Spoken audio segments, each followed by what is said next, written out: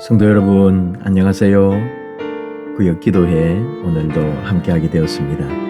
오늘은 제8주 만민에게 부어지는 성령, 이 성령에 대한 올 한 해 우리 총회 주제와 이어지는 건데요. 오늘은 특별히 요엘서, 우리가 성령 하면은 요엘서가 기억나실 겁니다. 우리 요엘서에 있는 말씀으로 함께 보려고 하는데요. 먼저 우리 사도신경으로 신앙을 함께 고백할까요? 나는 전능하신 아버지 하나님, 천지의 창조주를 믿습니다. 나는 그의 유일하신 아들, 우리 주 예수 그리스도를 믿습니다. 그는 성령으로 잉태되어 동정녀 마리아에게서 나시고 본디오 빌라도에게 고난을 받아 십자가에 못 박혀 죽으시고 장사된 지 사흘 만에 죽은 자 가운데서 다시 살아나셨으며 하늘에 오르시어 전능하신 아버지 하나님 우편에 앉아 계시다가 거기로부터 살아있는 자와 죽은 자를 심판하러 오십니다. 나는 성령을 믿으며 거룩한 공교회와 성도의 교제와 죄를 용서받는 것과 몸의 부활과 영생을 믿습니다. 아멘. 찬송은 187장인데요. 비둘기같이 온유한 은혜의 성령 오셔서 하는 찬송 있죠. 비둘기같이 온유한, 참 아름답고 귀한 가사와 또 곡을 가지고 있는데요. 여러분, 지금 우리 같이 부를 수가 없어서 마칠 때에 여러분은 꼭 이 찬송을 하면서 마무리를 해 주시기 바랍니다. 비둘기같이 온유한. 오늘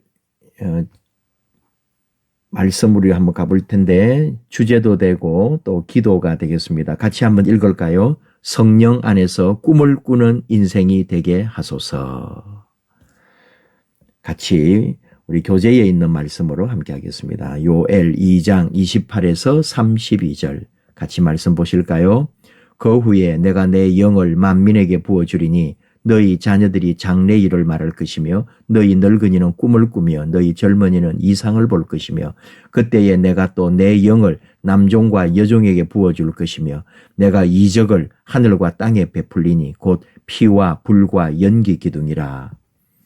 여호와의 크고 두려운 날이 이르기 전에 해가 어두워지고 달이 핏빛같이 변하려니와 누구든지 여호와의 이름을 부르는 자는 구원을 얻으리니 이는 나 여호와의 말대로 시온산과 예루살렘에서 피할 자가 있을 것이며 남은 자 중에 나 여호와의 부름을 받을 자가 있을 것임이니라. 아멘. 이 성령 하면은 구약에서는 요엘이잖아요. 요엘에 대한 정보는 많이 없습니다. 두 가지 요엘선을 언제 기록했을까? 두 가지 설이 있는데 BC 800년대. 그러니까 이거는 요아스 시절, 요아스 왕 시절로 보는 거예요. 근데 나라가 이제 언젠가 망할 거다. 이 유다가 황폐해질 거다. 그런 예언이죠. 메뚜기 때 막 또 가뭄 이런 것으로 대흉년, 엄청난 기근 그런 걸 얘기하는 거죠. 그런 것이 올 것이다. 이 결국은 하나님의 진노와 심판 때문인 거죠. 이 하나님의 진노와 심판은 무엇 때문에? 죄 때문이겠습니다. 죄. 그 죄가 뭐냐? 형식주의. 진정한 믿음과 신앙이 아니고 종교적 형식주의, 그리고 도덕적 타락. 이것으로 말미암아 하나님이 심판하셔서 엄청난 기근이 오게 될 것이다. 그러나 주의 날, 그 날이 오고 있다. 그 날이 다가온다. 모든 열방, 모든 나라들 회개하고 회복하고 그래서 하나님의 다시 구원함을 입는 거죠. 이 회복은 개인적으로 육체와 영적으로 그다음에 국가적 회복 이런 걸 다 포함하는 거죠. 근데 이제 아까 800년 이때 기록이 됐다는 것도 있지만은 이미 제국이 멸망해가지고 바사 제국 때 기록했다고 보기도 합니다. 어쨌든 이 요엘서를 통해서 포로기 이후에 백성들이 하나님의 위로와 또 하나님의 약속을 믿게 되는 거죠. 정작 이 책을 쓸 때는 몰랐을 수도 있어요. 그 이전에 썼으면. 근데 포로 시대가 되고 나라가 다 멸망했지만 요엘의 이 선지서를 통해서 백성들은 위로를 받고 그래서 회개하고 회복하고 하나님에 대한 새로운 소망을 품게 되는 거죠.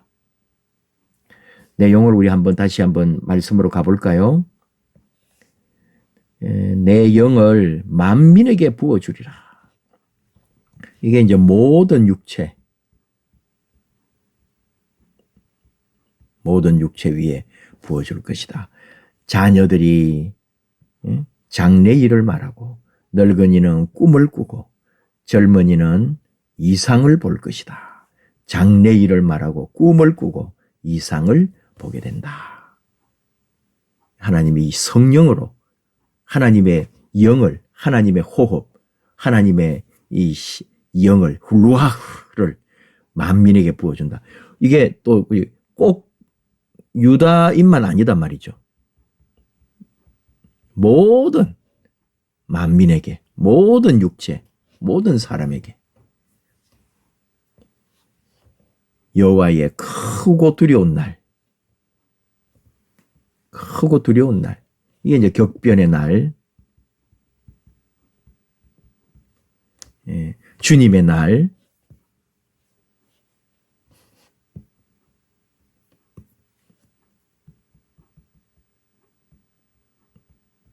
주의 날이라고도 하겠죠.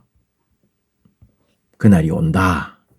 이 베드로후서 3장 같은 곳에 주님의 날 도적같이 그런 말씀들.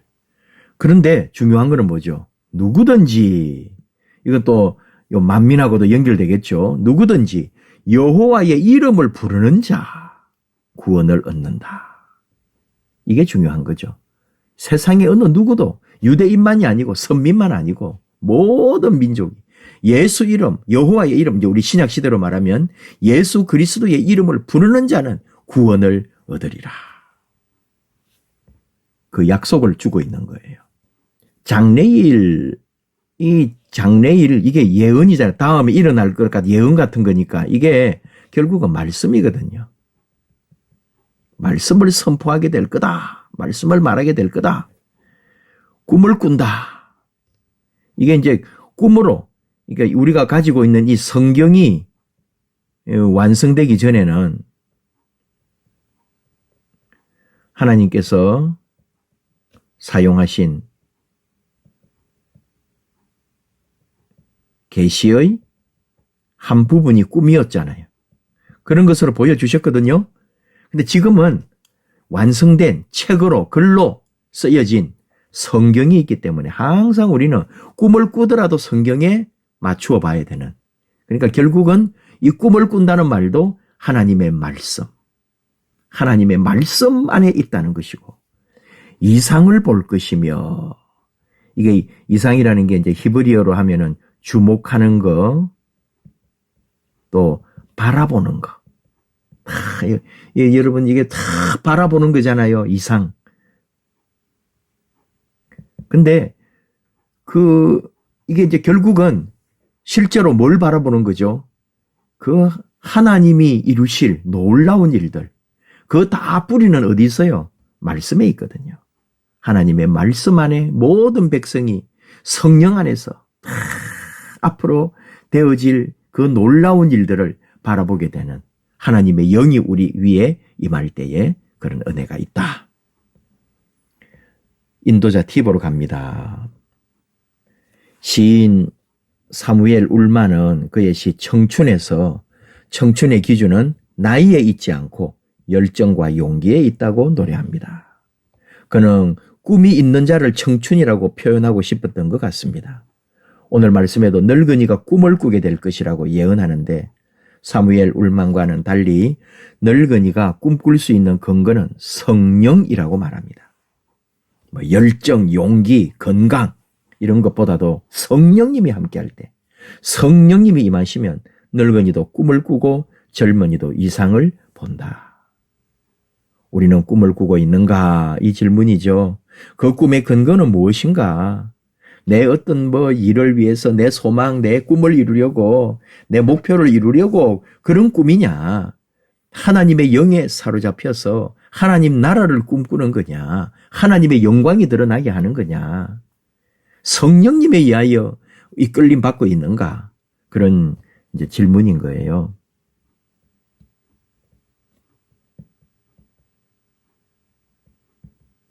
성령님으로 이끌림을 받는가? 넘어가 볼까요?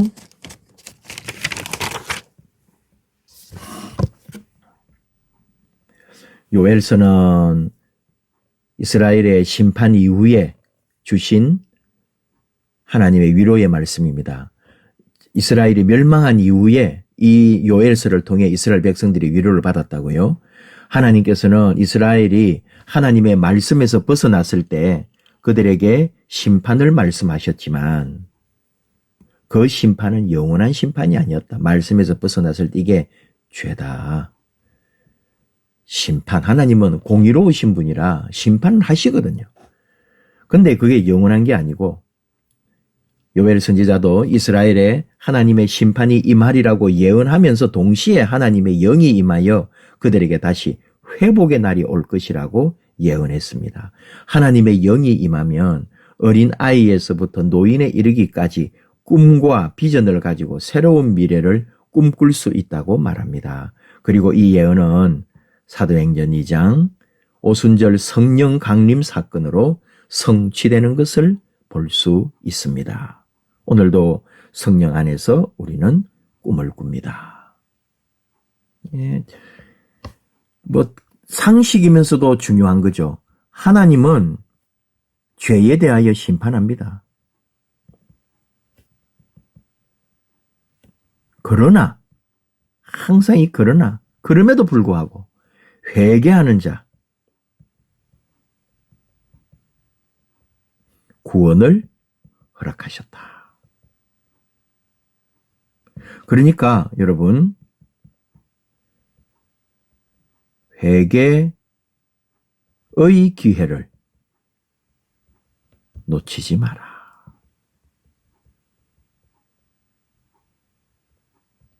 회개할 수 있는 기회를 놓치지 마라. 회개를 먼저 해야 되는 거죠.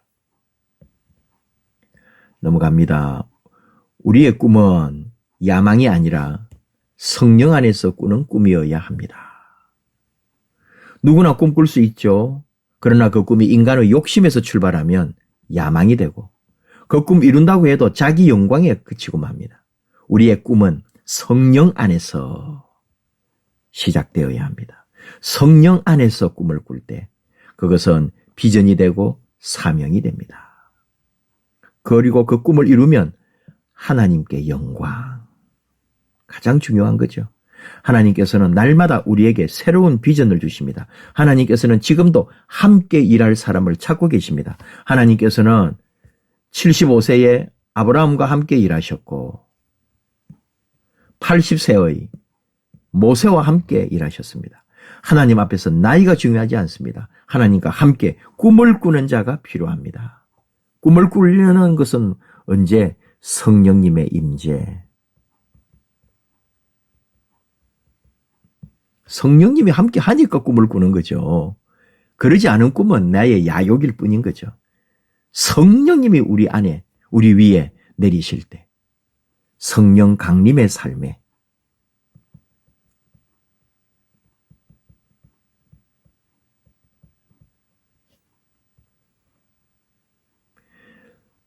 성령 안에서 회복하고 충만해지고 성령님으로 가득한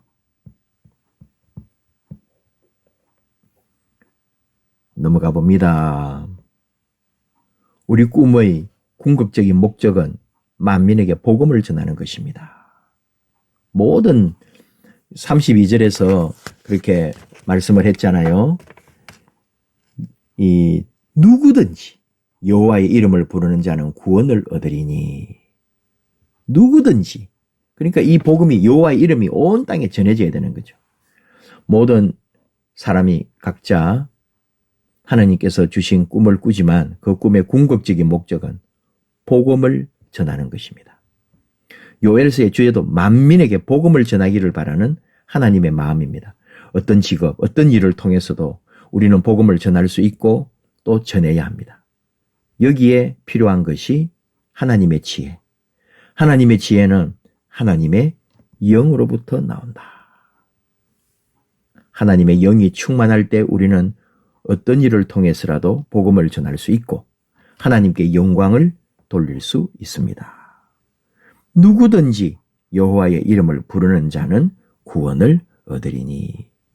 이 복음을 날마다 전하는 우리가 되기를 소망합니다. 그러니까 뭐 당연한 거지만 구원의 주체는 하나님이시죠. 선지자만이 아니에요.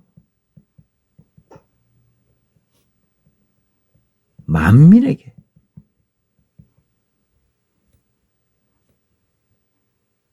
다 복음이 전해지는 거죠.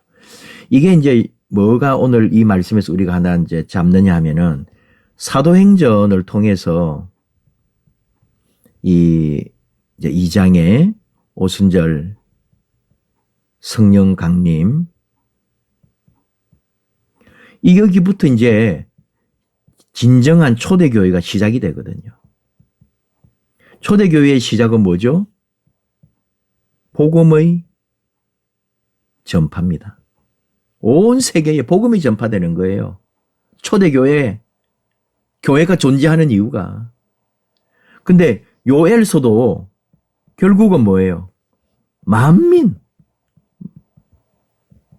만민에게 열려 있는 거예요. 여호와의 이름을 부르는 자마다 구원받게 되는. 우리도 주 예수를 믿어라. 그리하면 너와 내 집에 구원을 얻으리라. 바로 그 역사, 온 세상에 누구든지 이 성령이 임할 때 일어나는 일이란 말이죠. 그러니까 요엘서도 마찬가지고 그 요엘서의 말씀이 이루어진 사도행전에서도 마찬가지로 성령님이 임하여 결국은 교회가 이루어지고 이 교회를 통하여 온 세계에 복음이 전파되고 있더라. 그 사실을 우리가 알게 되는 겁니다.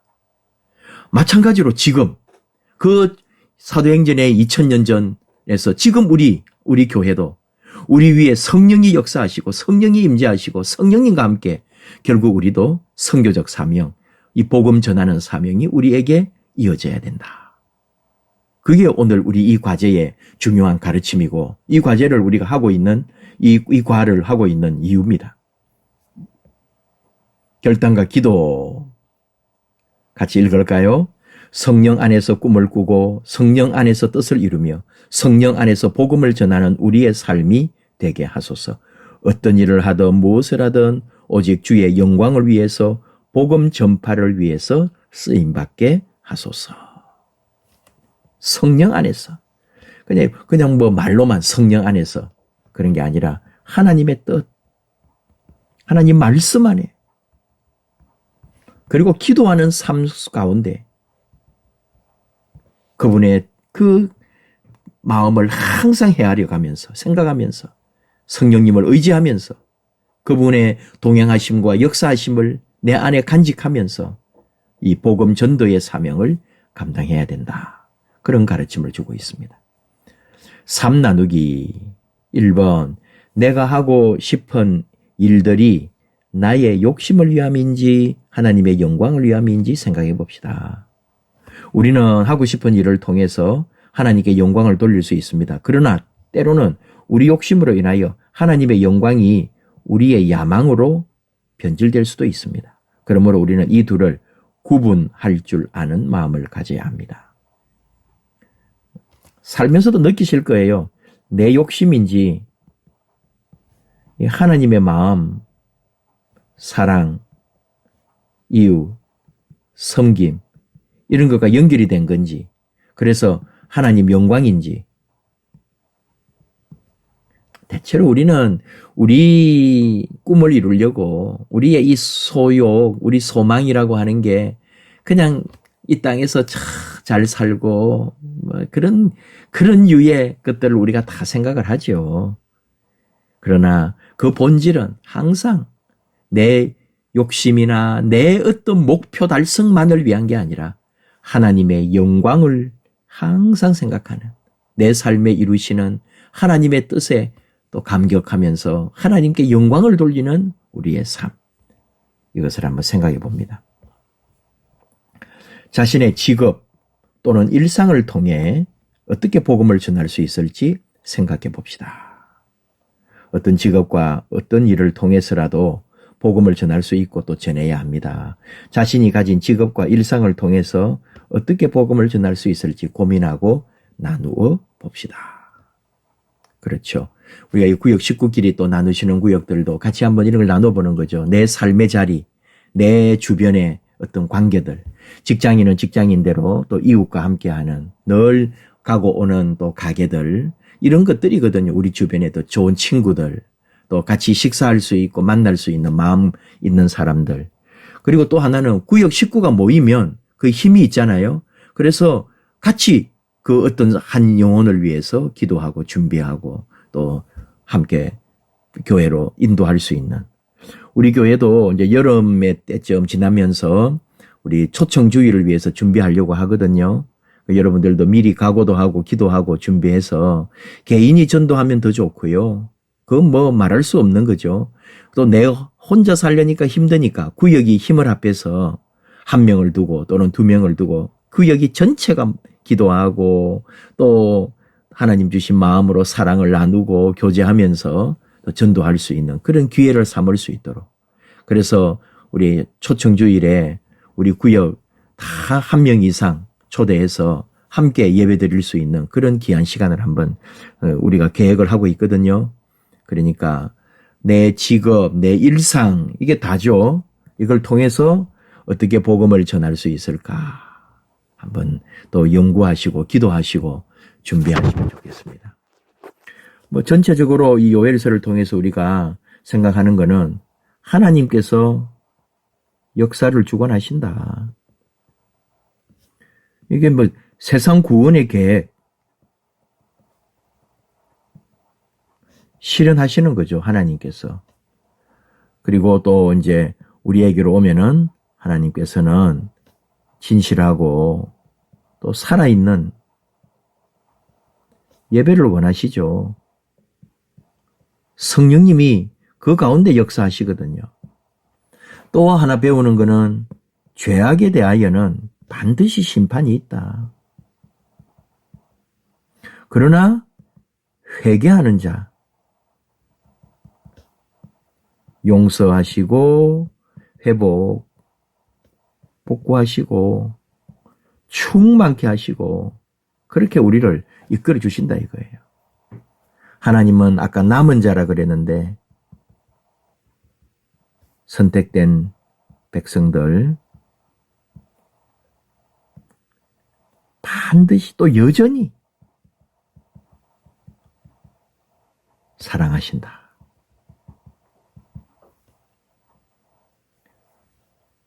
오순절 사도행전 2장 이게 정말 중요한 게 성령 강림으로 교회가 선교적 사명을 감당한다. 복음 전파 가장 중요하다. 그런 말씀을 오늘 함께 이렇게 나누었네요. 요엘서의 말씀 그대로 우리 교회 모든 성도님들, 어린 아이에서부터 우리 모든 어르신들에게까지 성령님이 충만하게 임하고 그래서 회복이 되고 힘을 얻고 그리고 꿈을 꾸고 하나님의 말씀을 선포하고 결국은 예수 복음을 전도하는 그런 우리의 살아있는 삶이 되든 살아있는 믿음이 되도록 형식이 아니고 삶으로 그렇게 아름답게 멋지게 우리 믿음 생활 함께하는 우리 성도님들 또 우리 교회 우리 하나님의 신실한 자녀들 되기를 축복합니다. 기도합니다. 아버지 하나님 감사합니다. 하나님께서 이 세상을 다스리시고 우리의 모든 인류의 역사를 주관하심을 저희는 믿습니다. 하나님께서 우리를 통하여 하나님의 아름다운 일들을 이루시기 원하는데 저희들 늘 성령님 사모하고 성령님 우리 위에 함께 하셔서 능히 우리에게 맡겨주신 생명사역, 전도사역, 복음 전하는 이 모든 영혼 구하는 사역에 아름답게 쓰임받게 하여 주시옵소서. 가정도 일터도 삶의 걸음마다 다 하나님 손에 맡기오니 사랑하는 우리 믿음의 권속들 하나님 친히 함께 하시고 돌보시고 은혜 위에 은혜를 복 위에 복을 더하여 주시옵소서. 모든 것 감사드리며 예수님 이름으로 기도하옵나이다. 아멘.